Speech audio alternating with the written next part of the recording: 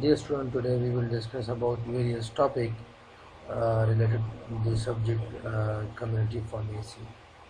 Anyhow, a little touch should be there regarding the previous lecture. So in previous lecture we have discussed in too much detail about the epidemiological triangle, and we mentioned that basically it's a traditional model which basically show interaction among the three basic things, that is the agent, the host, and yes, of course, the environment. Then we basically give a little touch toward these three different vortex, and we mentioned that, let's suppose if there is a balance mechanism, so obviously there will be no such endemic like condition, even no pandemic, and even no epidemic condition. So let's suppose if there is no balance among these three things, I mean the agent, host, and the environment, so obviously the balance will shift toward one of the system, and as a result there will be, of course, there will be spreading of the problem in the respective community, and that may be in the form of the endemic, either it may be in the form of epidemic, or sometimes it may cover the entire globe, and that is the this may be the pandemic one, just like the COVID-19. Then basically we mentioned that in epidemiological triangle, agent basically we most commonly refer toward the various infectious agent, like the various microbes like bacteria, virus, fungi, parasites, so many other substances, agents, and microbes basically which are responsible for the causing various infectious disease. And let's suppose we mentioned that if there is imbalance toward the agent, so obviously the agent have more capabilities for spreading of the infections, and they have more abilities to grow in that environment, and obviously have more ability for causing the disease condition. And let's suppose if there is imbalance toward the host mechanism, so there will be more susceptible condition, and there is more susceptibility rate, so obviously more and more population will be suffering from the respective disease condition. And then we mentioned that, let's suppose we have to make the environment less favorable. If the environment is too much favorable one, so obviously the respective agent will easily grow in that environment, and basically will be easily cause the respective disease in the whole system, and will be in the form of like epidemic and pandemic condition. And then we mentioned that basically initially the epidemiological triangle was used most commonly for the infectious disease. Anyhow, in present time, this epidemiological triangle may be used for the chronic condition, and we mentioned just like for the asthma. So asthma is one of the chronic inflammatory disease. So that's why this epidemiological triangle is also nowadays used for such chronic infectious disease. So the agent we have discussed in a different way, and the host is, of course, should be the human, and then of course the environment, which most commonly to be known as the favorable condition. So today we will discuss about various topics regarding the subject community pharmacy, and it is on periodic basis we will, there is various definitions. So various definitions too much important. There is the community pharmacy. So first one, community pharmacy means any place under the direct supervision of the pharmacist where practice of pharmacy occur, and where prescription order are to be prescription are compounded and dispensed, of course. So community pharmacy is basically a place which obviously there should be a pharmacist, yes, a professional pharmacist should be there, and where the pharmacist will compound various drug substances according to the prescription, and then basically dispense it other than a hospital setup. Or we can say that basically community pharmacy is a hybrid of the professionalism and business. So community pharmacy is too much important, and of course, yes, community pharmacy setup should be there, but unfortunately there are a lot of problem deficiencies are there in our country, and there is no clear concept of the community pharmacy. Anyhow, a community pharmacy should be there in order to serve the society and community, and that's like we have discussed in too much detail, that is regarding the family planning program, regarding the epidemiological triangle, epidemiological, yes, of course, to educate the people, and to avoid the people regarding a lot of the aspect that is related to the health point of view. So that's why community pharmacy simply we can say is a habit of the professionalism and business basically, and simply we can say that where a professional pharmacy should be involved in order to formulate the prescription to dispense it, and of course, and rather other than the hospital setup. So the next one, the next definition, that is the hospital pharmacy. Hospital pharmacy is a health services which comprises the art, practice and professions of choosing, preparing, storing, compounding. Yes, of course, a lot terminologies are basically they are just a person should be a professional one just to select the respective the prescription order, then just to prepare, to store and to compound and dispense the medication. Or simply we can say that a hospital pharmacy, basically this is a drug oriented word, basically where basically we discuss all the things that are related to the drugs, just like we can say simply that is the hospital formulary. And we are clinical pharmacy. So clinical pharmacy is a health science discipline in which pharmacy provide patient care services, or simply to promote health and to prevent disease condition. Our clinical pharmacy is basically we can say that is one of the patient oriented one, where basically we have to monitor all the services that are directly related to the patient, like adverse drug reaction, side effects of drug intervention, drug interactions. So a lot of parameters basically we have to discuss in case of the clinical pharmacy. We are public health. So public health basically is one of the science and art of preventing disease, promoting health and prolonging life. So we should have to focus on three areas, that is to prevent disease, to promote health and to prolong life by through organized effort of service. Obviously we have to educate the people, and yes, of course, we have to educate the people, and we should have to share information. So the next one, that is some common childhood diseases in our communities. So obviously all children deserve high quality medical care. Yes, of course, this is very important for children, that we should have to provide a high quality care toward the child. And anyhow, this also important for the parent, that they should be updated of the new guideline in order to treat and to care for the children regarding the coming problem their children and their newborn babies will be facing in the coming time. So this is very important, because this is the right of every individuals to of course provide better health care toward their newborn babies and children. Some of the common children diseases are the first one, that is the asthma. So one thing to keep in mind, that asthma is one of the chronic inflammatory disease of the airway, air trunk, which is most commonly to be characterized by difficulty in breathing, chest tightness, wheezing, and of course there will be a mucus-like secretion.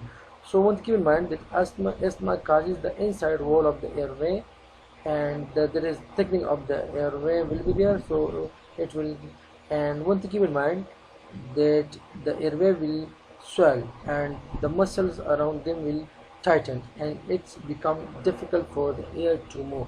So that's why we can say that it's one of the chronic inflammatory disease of the lungs, and most commonly characterized by difficulty in breathing, chest tightness, wheezing, of course, and coughing like mechanism.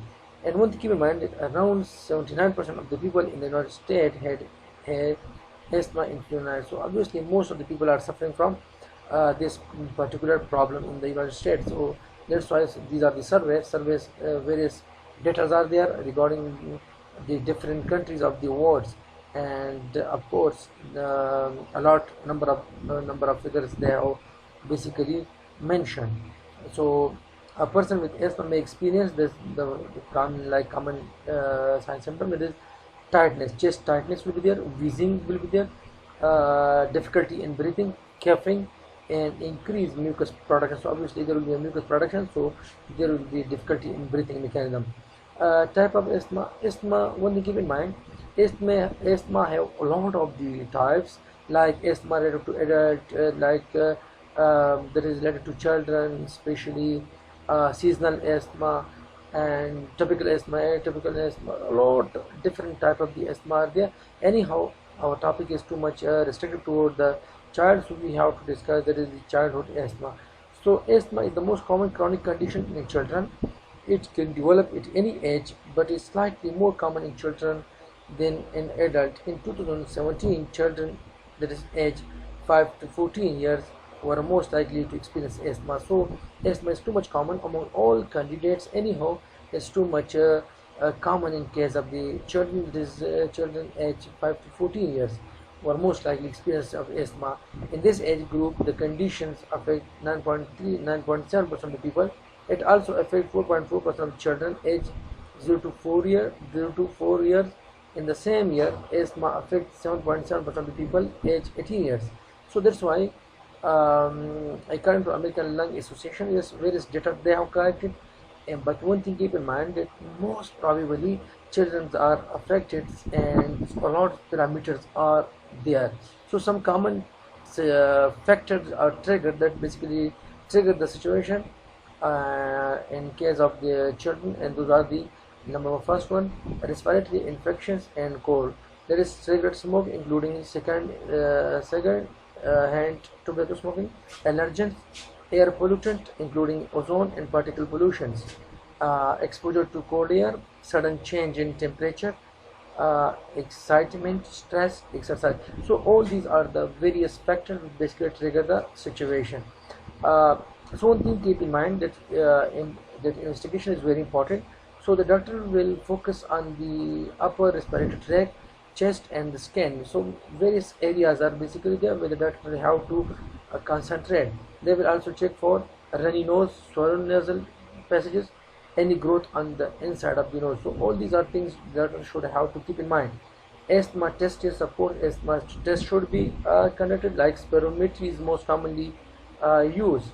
And one thing keep in mind that spirometry, this is most commonly used just to observe, just to focus on the depth of respiration. One thing keep in mind, other tests may be like a challenge test. The test allow doctor to assess how cold air or exercise affect the person. The next one, skin pricks. Yes, of course, a doctor can use this test to identify specific specific allergy. Test to rule out other like conditions like sinusitis and bronchitis. So as for the treatment concerns, so obviously short-acting beta agonist is to be considered the drug of choice for asthma. Symptoms like we have albuterol. So albuterol is a drug of choice. Anticholinergic, yes, ipratropium we have to prescribe. Oral corticosteroid like methylprednisolone and prednisone. Yes, of course, combination quick relief medication we have to prescribe. So this was all about related to the asthma. The next one, there is a sore throat. So sore throat is basically a painful, dry or scratchy feeling in the throat region, and pain in throat is one of the most common symptoms. One thing to keep in mind that sore throats divided into various types based on the part of the throat they are affected. So obviously we have to divide in various types, but they should be on the depend upon the area that is affected. So pharyngitis, the next one tonsillitis, and the next one laryngitis. So these are the three different types. Along with sore throats, we have the common symptom like nasal congestion. Yes, of course, runny nose should be there, sneezing, cough, fever, chill, swallow gland in the neck, hoarse voice, body itches, headache. So of course, these are the common trouble swallowing. And so many other causes for cause of the sore throat like cold, the flu and other viral infection, strep throat, yes, of course, allergies, dry air, smoke, chemical injuries, yes, gut-like condition, tumor. These are the various conditions which are responsible, yes, of course, for that. I mean for sore throat. So these are the common causes. And one to keep in mind, home remedies. So obviously garnish should be there. Drink warmly, yes, of course. Suck a piece of the lozenges, yes, of course, lozenges we should use. Turn on a cool moist humidifier should be there. Rest is very important, especially. So the next one, that is the ear pain. So ear pain is common in children, and this is most commonly, yes, a lot. The most common, these 2 3 years are commonly affected. This is because of the stitching tubes. The tube is too much shortened in case of newborn babies and children. So we have the otitis media, that is otitis externa and otitis interna, depending upon the area of the ear that is basically affected. So either external ear is affected or the internal middle ear is affected. So depending upon the situation, that's why we have to focus on the either the candidate is suffering from the otitis interna or otitis externa.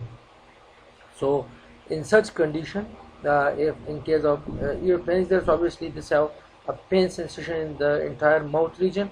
And one thing to keep in mind is we should have to prescribe such drugs which have high penetration toward the soft tissue, and mostly amoxicillin is to be prepared antibiotic for the middle ear infection, except where there is allergy to penicillin. So if there is allergy to penicillin, we have to focus on other drugs.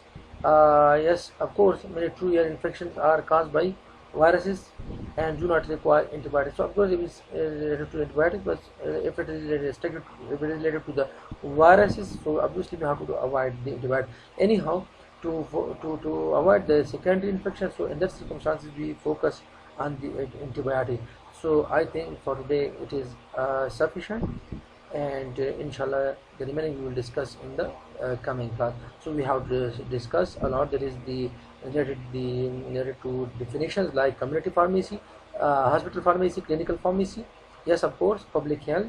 Then we basically focus on the asthma, yes, definition, types of asthma, most commonly related to children, and the basically the condition, the trigger, the situation, and common sign symptom, and then treatment protocol. Yes, of course, we discuss about the next one, that is the sore throat, and then sign symptom of sore throat, and then yes, of course, the area depend upon the types. So depend upon the area is affected, and then we basically focus on the treatment, and the last one, that is the ear. So depend upon the area that is affected, either it is the middle ear, the internal, or the external. So that's why maybe otitis interna, interna or externa, and then amoxicillin is the drug of choice. So if sensitivity is there, so then we should have to focus on other drugs. So I think for today it is sufficient.